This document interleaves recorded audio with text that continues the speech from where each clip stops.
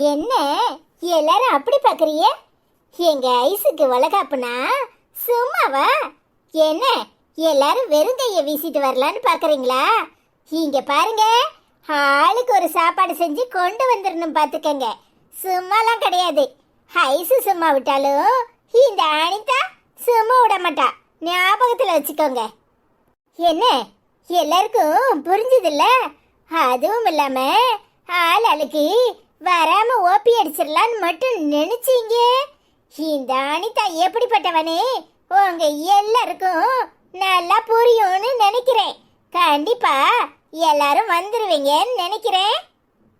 ஏய், என்னடி எல்லாரும் இப்படி மிரட்டுன்னு மிரட்டிட்டு இருக்க? பின்ன என்னங்க, ஃபங்க்ஷன்னா சும்மாவா? எம்பிட்டு வேலை இருக்கு. நேரங்காலம் இல்லாம நான் மண்டையை போட்டு உடச்சிக்கிட்டு இருக்கேன். எல்லா வேலையும் ஒத்தியிலே செஞ்சுக்கிட்டு இருக்கேன்.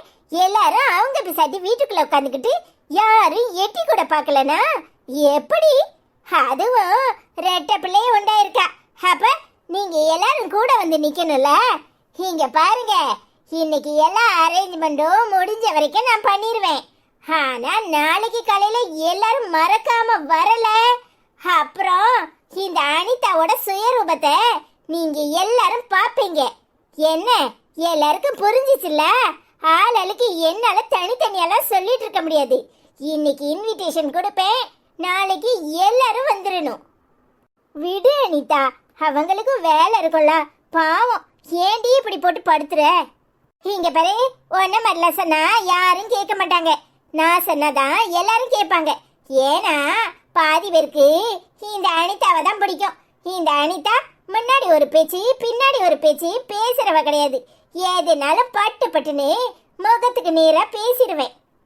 இங்க பாருங்க, எனக்கெல்லாம் அந்த அளவுக்கு அனுபவம் கிடையாது, செய்யற திறமையும் கிடையாது. நீங்க எல்லாரும் வந்தாதான் இந்த ஃபங்க்ஷன் நல்லபடியா நடக்கும்.